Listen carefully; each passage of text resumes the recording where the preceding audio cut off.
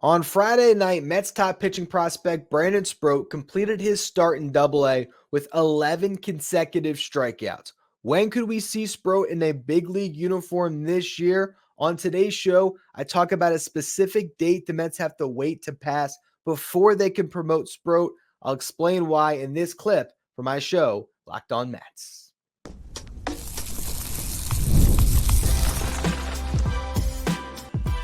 You are Locked On Mets, your daily New York Mets podcast. Part of the Locked On Podcast Network, your team every day.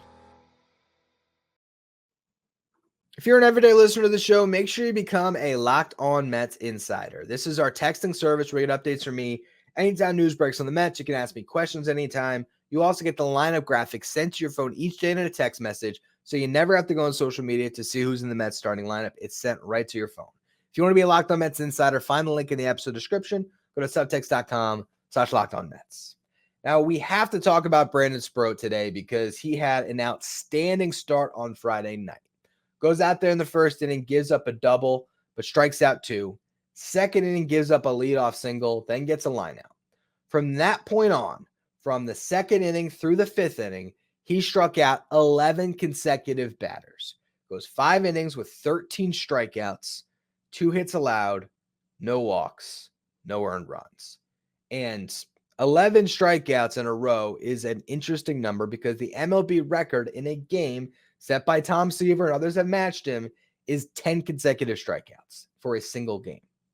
Now, in the minor leagues, I'm sure it's happened way more where it's been more than that because, inferior competition. I don't think Brandon Sproat broke any records, at least not that I'm aware of, by striking out 11 in a row. But it shows you how good his stuff is and how at times he is just far and away better than his competition in Double-A. Only threw 81 pitches to get through those 5 innings, 57 being strikes. Now, funny enough, Sha Reed Foley blew his game, came in the 6th inning, walked 2, gave up a double. So just wanted to note there what Sha Reed Foley did. Then there was a rain delay. So not a great outing for him. I'm sure he's going to need more time after this one. Kind of a little bit of not an injury setback, but a setback in his lack of control. Got to see him hone that in before he comes back up to the big league roster. But could Brandon Sproat be an impact arm out of the bullpen? I have been talking about this for months now, trying to speak it into his existence because I think Brandon Sproat could be an absolute weapon in an MLB bullpen this season right now. And in the playoffs, you need arms like that to shorten games, or even imagine you can have him throw 2 innings, maybe 3 innings in a playoff game. Let's just say you have to lean on a David Peterson or a Paul Blackburn or a Jose Quintana to make a playoff start, and they get you through 4. Imagine you can go to Brandon Sproat for the 5th, 6th, and 7th to shorten a game and give you a real chance. Brandon Sproat is definitely a candidate to come up this year. I talked about that on yesterday's show, but there was a fantastic note that I saw today on social media from Christopher Soto. Now, I've talked about Christopher before. He's the guy that came up with that Pete Alonso contract for me with the deferred money.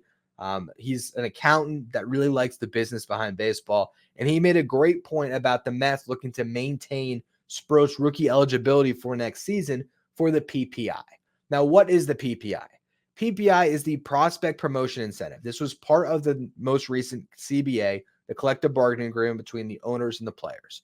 So this was one of the things that the owners and the players agreed to put in to incentivize teams to promote their top prospects early. Essentially what it does is it allows teams to get an extra draft pick if they have a top prospect on the big league roster for opening day or within the first 2 weeks of opening day, and they go on to win the Rookie of the Year, you get a draft pick. So last year with Gunnar Henderson, the Orioles got a draft pick. Gunnar came up at the end of the 2022 season, broke camp with the team in 2023, still as a rookie, won the award. Corbin Carroll, exact same thing. So you saw those guys get called up strategically at the end of 2022 after they were no longer in danger of losing their rookie eligibility. They thrived. And, well, Carroll in particular thrived. Gunnar struggled a little bit more, and then they win Rookie of the Year. Now their team's got an extra draft pick. Now, it's not just Rookie of the Year, though, that would allow you to get the extra draft pick. You also get a draft pick if that player, the PPI eligible player, finishes within the top 3 of MVP or Cy Young before they hit arbitration. So you really have like a 3-year window for your rookie or your PPI eligible player, let's say, to end up finishing in the top of an award race. Now, this is very important with Brandon Sproat because this is the type of arm that absolutely could win the Rookie of the Year next year or could be a Cy Young candidate early in his career if everything breaks right. He has that potential. So the Mets would be foolish to promote him next week and potentially risk not getting to take advantage of that. Now, when it comes to rookie eligibility, Brandon Sproat can't exceed 50 innings pitched this year or 45 days on the active roster. The season ends on September 29. So there's 29 days right there. You count back from the end of August. The earliest that the Mets could promote Brandon Sproat is August 17th. They do that, that's 45 days left of the season, and he could be part of their bullpen down the stretch and into the playoffs and still be a rookie next year. If he wins Rookie of the Year, you'd still get that draft pick. Now, I don't think the Mets are just waiting on this thing alone. I do believe that they are, not even considering promoting him before that date. And that's not something that I really had considered prior to tonight. Shout out to Christopher again for pointing it out because it is a really great point. I think if the Mets have, their plan set in stone, if they could have this work out the way they'd want it to, their bullpen will be a strength down the stretch, and they won't need Brandon Sproat. And they keep him in the minor leagues, making his starts for the final 2 months. Right now, he just matched Christian Scott's innings total from last year, 87 2/3. Last season, Sproat threw 106 1/3 at Florida, so he's not quite where he was last year. With 2 more months, probably gets maybe 7 more turns in the rotation, especially if he gets a call to AAA in September. That would put him, if he averages 5 innings per start, over 120 innings pitched. That's a nice sweet spot to be in. And then you have a full off season before he's ready to go, set to break camp in the starting rotation. I honestly think this prospect is good enough that the Mets can count on him, barring health, to be in the opening day rotation next year. Obviously, you'd say, hey, go win the job in spring training. You wouldn't want to just say, hey, you're handed the job.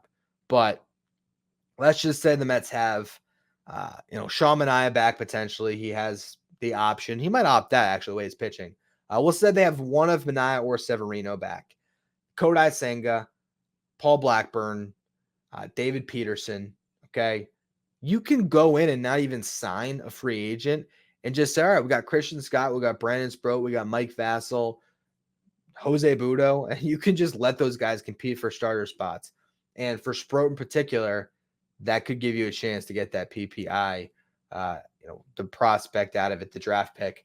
It's definitely something to think about. And I'll tell you what, I said this on Twitter. I want to say it on the show just to stake my claim in it now because I've been debating on this for a while. And I will say he didn't pitch against the best team tonight, but still, he had this level of performance. I think Brandon Sproat is the best prospect in the Mets system now, bar none.